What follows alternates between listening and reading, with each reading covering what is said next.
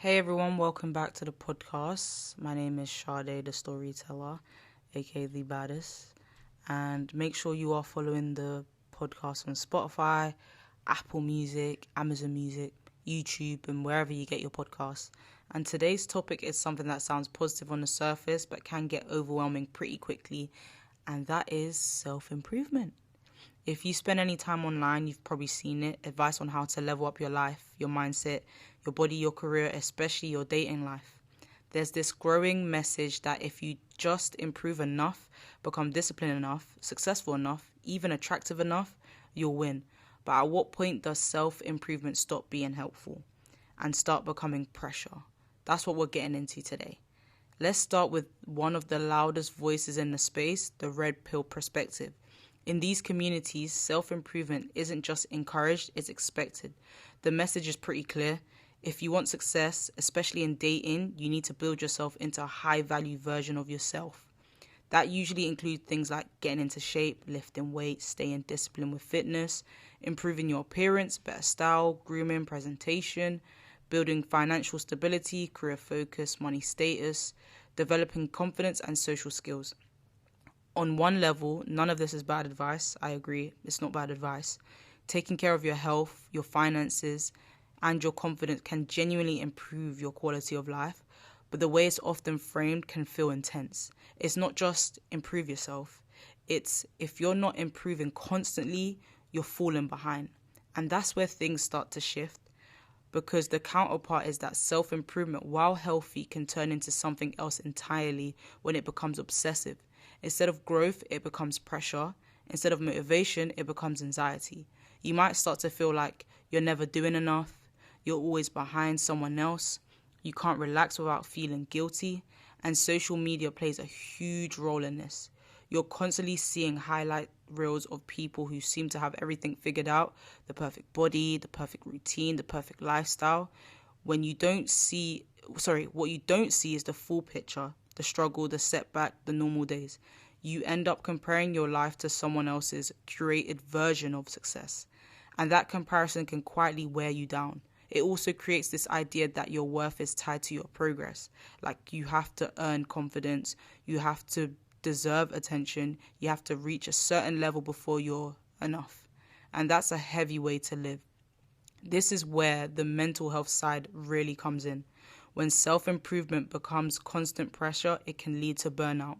You're always pushing, always optimizing, always trying to be better, but never actually feeling satisfied with where you are. It can also feed perfectionism. You set these high standards up for yourself, and anything less can feel like failure. Even progress can feel like it's not good enough. And then there's comparison. You look at other people and feel like you're falling short, even if you're actually doing fine by reasonable standards, like, having a decent routine.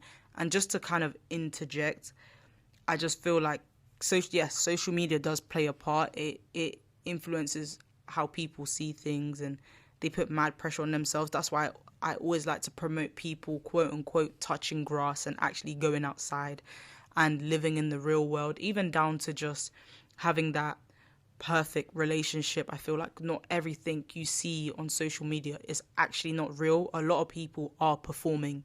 Believe it or not, that's not them. Like if you was to see influencer or whoever on road or on the street, they're not always going to be, hey. Some of them are going to be like, oh, hey, yeah, let me sign that. I'm really not in the mood. Like, it's all a hoax. It's all a facade. So try not to put too much pressure on yourself, especially if you're trying to become someone or be a better version of yourself. I feel like stop watching other people because they don't know you. Yeah, they can give you advice. Like myself, I can't sit here and say my advice is the best advice. It's either you take it or you don't take it, to be honest. And like, I'm always here to advise people, but if you don't follow my advice, I'm not going to be like, well, you're a bum if you don't follow, or you less than a man, or you not a woman if you don't follow. No, I'm just like, it's your life. Live it how you want to live it. I can only advise you. And I think a lot of people, especially if they're trying to put out a positive message, I think it's their wording they need to work on. I think they need to start saying things like, I can only advise you. It's your life. Live it how you intend to live it. Because at the end of the day, we have one life. This is actually my life. Those people online don't actually know you. They think they're giving you right advice because it works for them. Not everything works. It's like skincare. I could use CeraVe and it breaks me out, but my sister could use it and it's got her skin looking gorgeous. You know, that Korean skincare glow, like it gives her that glow. Do you get what I mean? So I just kind of wanted to interject there. So what's the alternative? It's not about rejecting self-improvement altogether. Growth is a good thing, but the intention behind it matters. Are you improving because you genuinely want to grow, or because you feel like you have to prove something to yourself or to others? There's a difference between building a better life and constantly chasing validation. Focus on personal fulfillment. What actually matters to you can make the process feel a lot healthier and more sustainable. So yeah, self-improvement can be powerful, but it can also become a source of stress if it turns into a constant race. The goal isn't to become perfect, it's to grow in a way that actually feels meaningful to you. I'd love to hear your thoughts, so I'm going to ask some questions. Which parts of self-improvement genuinely help you, and which parts start to feel stressful or overwhelming? Let me know. I might share some of these responses in the next episode, but just to add, so because I can relate with this topic, I'm not going to lie to you, I feel like I'm in that boat right now in terms of being a creative.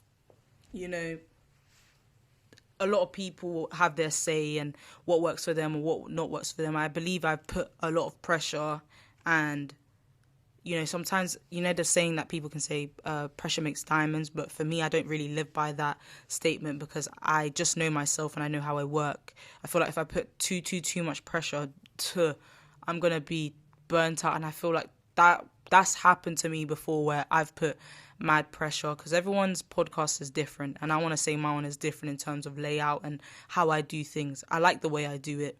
It may not be the traditional way of doing things in terms of just layout and this and that, but I feel like because I was watching other people and seeing how their podcast works for them and it growing and stuff like that, I kind of compared myself and belittled my own platform and was like, you know what, this ain't working, or this is not doing this, or this, that. And it just got to a point where, believe it or not, I actually stopped recording for a while because I just didn't believe in myself, or I just felt like my shit is not good enough, which is really bad because I started this for a reason. So what I had to do, and I feel like it's always healthy to do this, is take a step back and, what's the word like Drake like to say, reroute that. Like, take a step back and regroup and sit down with yourself and tell yourself why you started doing certain things and why you enjoyed it. I feel like when you start watching other people and seeing what works for them, that's when you stop enjoying things and stop enjoying your own life, because like I don't think there's a perfect life.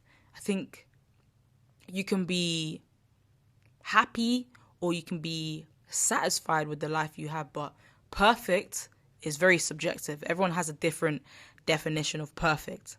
I have a definition of perfect. You have a definition of perfect. Just because someone else's perfect looks like, oh, you know, they're getting all these brand endorsements or they're living the life that I want, that doesn't mean that's your perfect. So I do think try to take a step back, and I think I'm going to say this in every episode. Try to take a step back from social media and let it not run your brand, your DJ.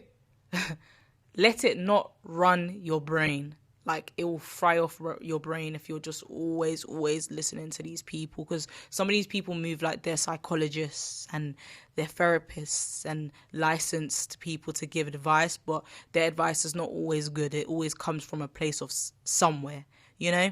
So I feel like try to not be too hard on yourself. Look at yourself and give yourself the accolades and actually say to yourself, I'm actually proud I got here, you know? And you got there by yourself. Some people may have gotten help.